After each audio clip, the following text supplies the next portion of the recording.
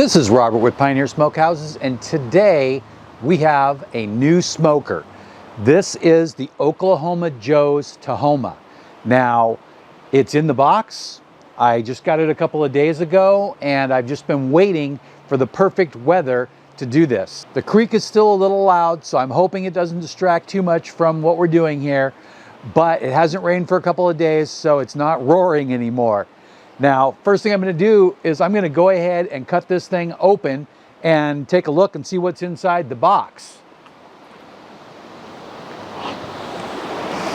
Go ahead and get those straps off. So it looks like it's pretty well packaged, and we have the corner protectors, and it's sitting in a tray with a bunch of foam. Now, when we do this, we're not going to go through every single piece as we go. But I will record it, and if there's anything that's important, I will put that on and we'll have a little conversation. So first thing I'm going to do is I'm going to get out the directions, because this smoker is so new that I could not find the assembly instructions online. We're going to check out and find out what tools that we need. So I'm going to read this and then I'll be right back. So I went ahead and skimmed through the directions, and it really looked like a piece of IKEA furniture. There's no written instructions. There's just pages, step one with a picture. Now, of course, there is a list of all the included accessories and everything. On the blister pack here for the nuts and bolts is a wrench. So I'm assuming that that's the only size wrench that I will need. And then all of these appear to be multi-tip screws, so they will take either a Phillips or a straight tip. Now, of course, I'll be using my drill driver to snug things down, and then to tighten it, I will use a screwdriver so I don't strip anything. Now, I'm going to go ahead and take all this apart, and as I go, I have the original box that I'm going to be saving. When we're done with the smoker, I'll be selling it, and if somebody wants it, then we'll need the box. And if for some reason there's an issue with it, we also might need the box in case we were wanting to return it or anything like that. Now, I will set some of the smaller parts on a table over here outside of the camera angle, and the larger parts, I'll just set them off to this side on the ground over here. So I'll go ahead and get started on that. And again, unless there's something significant, then I won't come back on the camera. I might do some time lapses of some significant portions. Also, something to note, the directions called for 2 people to assemble this. Well, you know, I'm out in the country by myself. I can always phone a friend if I get stuck, but we're gonna just go ahead and give it a shot. I was able to do the 1050 by myself when it called for 2 people, so I'm sure that I'll be able to figure out how to do the Tahoma without 2 people. So let's get on that right now. Look at that, all gone. Okay, video's over. No, just kidding. I want to take a second to show you all of the pieces that I just opened up out of the box. I gotta say, there was a lot of pieces there, and when I went through everything looked like it was in great condition. I did not find a single scratch or dent or anything on there. I will say that I feel like it might have been actually overpacked. It was very tight, and some of the things were hard to move. My biggest problem that I had was getting the things out of the body of the smoker, and what I ended up doing was I ended up cutting the sides out of the boxes and feeding the stuff out of the boxes that I could until I could get enough play in the stuff that was left in there to pull it out. When I pulled out the deflector and the side tray, there was actually a zip tie holding them together that was causing me quite a bit of a problem to get them out. Had that zip tie not been there, I could have removed the side tray, and then the deflector would have come right out, no problems. But like I said, a little overpacked in my opinion, but everything came out really good. Now I'm gonna go ahead and start with these directions, and I'm just gonna hold this up to the camera and so you can see this. It's literally just pictures, just like you would find in IKEA furniture. So I'm gonna go ahead and get started on that. And like I said earlier, I plan on running the camera and recording it, and if there's anything notable, I will let you know about that. But if not, then I will just move right through this, and I'm going to try to keep an idea of how long it takes, because this looks like a really big project. I'm on step 4 of the project, and I've had a problem already. This is the axle for the wheels. And I'm going to take a couple of pictures and pop them up here. But you'll see here that there is a hole for the cotter pin for one side of the wheels. On the other side, there's 2 dimples and no hole. Now, you might not be able to fix this at home. I have a solution for this. So I'll be back in a few minutes after I get this solved.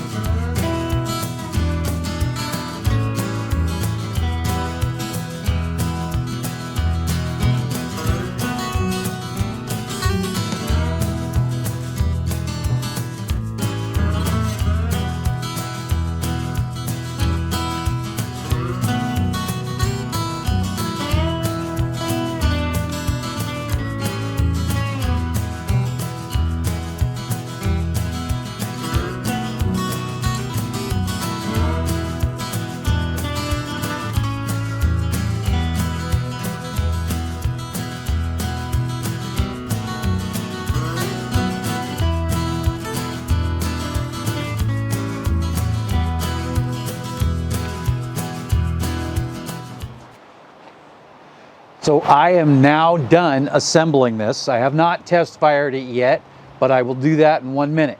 First thing I wanted to do is I wanted to discuss the directions with you.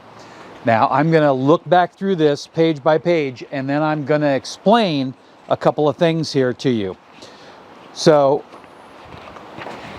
it goes through with pictures, just like what you would expect to see like on a piece of IKEA furniture, which I know I mentioned earlier. But there's some things that you just can't really tell, and they're not explained properly. So I'm going to go through this, and I'm going to pop that picture up here at the same time. Step number 4 is the first thing that I had a problem with, and that was actually a part issue where the hole in the axle was missing. So I just took it to my drill press and drilled it out. If you don't have one of those, then you might have a little bit of an issue, but a good metal cutting bit and any drill will fix that problem if you encounter that. Step number 6, and I'm going to go ahead and pop that up here. You will see the 2 legs, and those are right here. You can see a single hole right there. I missed that when I did the first, when I assembled it the first time, and that hole is actually there. There's 3 holes here, but you can only see the first 2. And here you see the 1. That's really important. They should make a note of this to tell you that the one with the 3 holes goes to this side or the front side. There should either be a key, a notch, or something, so that way you can't assemble it incorrectly. Because if you do, you'll have to take it all apart and switch the 2 of them, which is exactly what I did. So the one with the 3 holes goes towards the front of the assembly, which when you're upside down will actually be the back. And you can see it here in picture number 5 where the 3 holes are there. Now the next one that I had an issue with was when I went to install the base on the top. The back panel was, when I tightened it down, it seemed nice and fit perfectly. Well, it was actually too far apart, so it needed to be squeezed together when I tightened it down. Simple solution, you can just loosen those screws, and then you attach the main body of the smoker, or smoking chamber, whatever you'd like to call it, and there'll be no problem. But I had problems with the back screws and a couple in the middle, but just by loosening that'll be no issue. The next one that I had an issue with was the blower. This picture is not very clear. So what you need to do is you need to grab the wire from the base and feed it into the blower assembly. If you see picture number 23, you'll see how the wire is sitting here, and then the one from the bottom of the smoker needs to come through there before you tighten it all together and plug it in. And then you just set it on the ground and install it in this step right here, in the second step. But first, that wire has to go into the case before you install that fan, or at least tighten it. This one was a little confusing, which was number 25, but if you kind of look at it, you'll see that those hexagonal openings are where the screws go in. I don't know why they made them hexagonal. They should not have done that. When I was on number 34, I put the wire through, but it is not clear that you're supposed to push the grommet through also. And the reason is that when you get to this page over here, you're supposed to push the grommet into the back of the controller. You can see the grommet here, but nowhere do you see the grommet anywhere else in the picture. And it's not noted on the other part. So when you install this shelf back here on step 34, make sure you push that grommet through with the rest of the wire. And it looks like, so far, that's about all of my headaches. So the next thing I'm going to do is I'm going to remove the sticker here, and I'm going to remove the label off of that because I don't want any of that heating up. It'll just be a mess. And then I'm going to go ahead and follow the instructions for my first start. So I'm going to go ahead and take a little break and actually charge the batteries on the camera. So I'll be right back. So I got just enough microphone left to get this started, but we don't have enough daylight. I want to get this finished anyway tonight. So let's go ahead and get the process started. What we want to do is season our smoker. So there is directions here for seasoning your smoker. So I'm going to kind of follow along these close, and then I'm going to add a couple little touches. I will spray it down later. I'm not going to spray it currently. I always put vegetable oil on the inside of all my smokers. It makes for easy cleanup, but I want to burn off the other oil first because there was a lot of oil on the smoker. First thing while I was waiting for my microphone to get a little charge is I went ahead and counted out 60 briquettes as per the instructions. I'm going to go ahead and load those in there.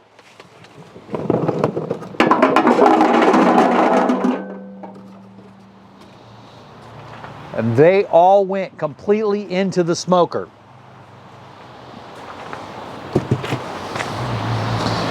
So next, it says open the cooking chamber lid, and then we're going to turn the knob to open the damper. Okay, then we're going to turn the power on, but we're not going to do anything else.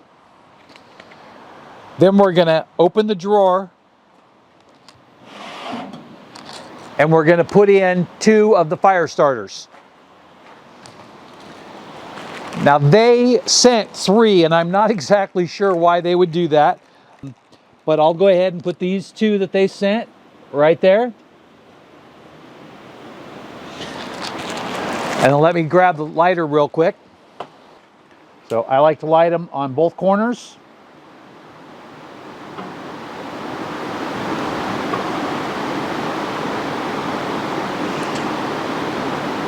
I guess since we're using 2, that I'm lighting them on all 4 corners. It says close the door and then lock the latches.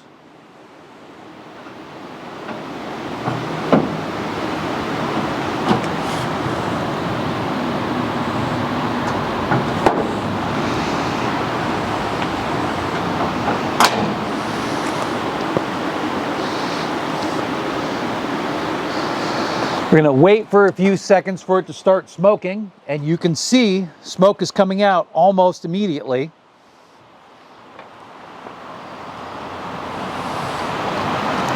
We're waiting for it to come in here, and here it is.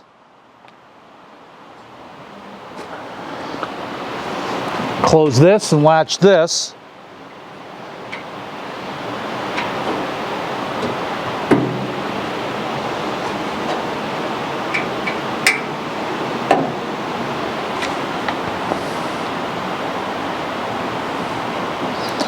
So now I'm going to turn the knob to 250 degrees.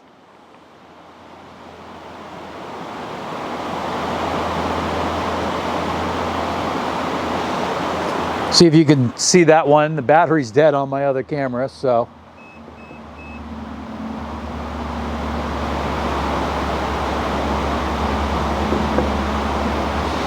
All right, and once you turn it, you press it and it sets. If you don't press it fast enough, it will go back to 0.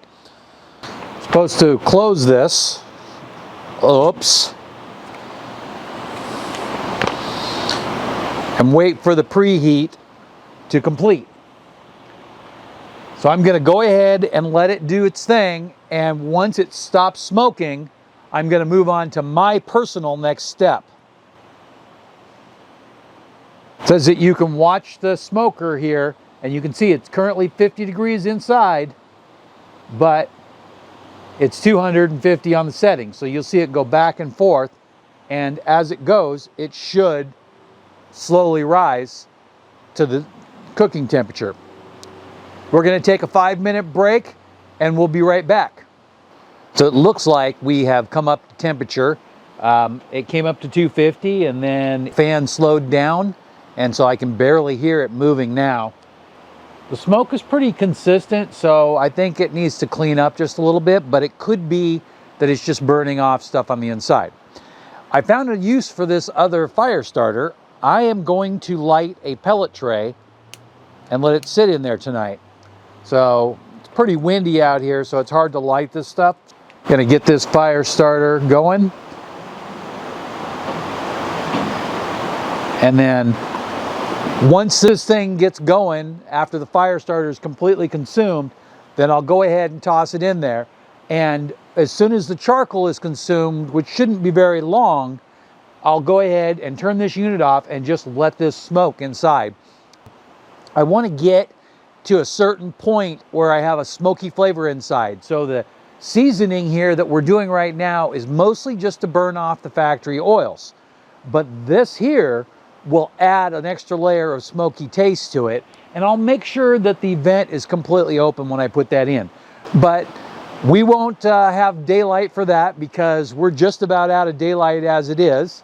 And that should pretty much cover it. Everything appears to be working, which is a good sign. I'm going to go ahead and move off to the side a little bit so you can get another look at it here. And it's a really nice looking unit, and my hopes are really high. The Oklahoma Joe reverse flow offset smoker is my absolute favorite production model offset. So I have high hopes for this one. I'm hoping that it performs as well as the offset smoker that I really enjoy. We'll go ahead and cut it here. There's not a lot of places that have this as the time of filming this video, but as soon as it shows up on some other sources, I will update a series of links. For now, I bought this at Lowe's, and there will be a link, even though I'm not a Lowe's affiliate, for it down below. And you will find a write-up on this in a couple of weeks on my website. So if you saw anything on the video that you like a pellet smoker tray, there'll be a link for this in the video description also. Thanks for watching. Have a great day.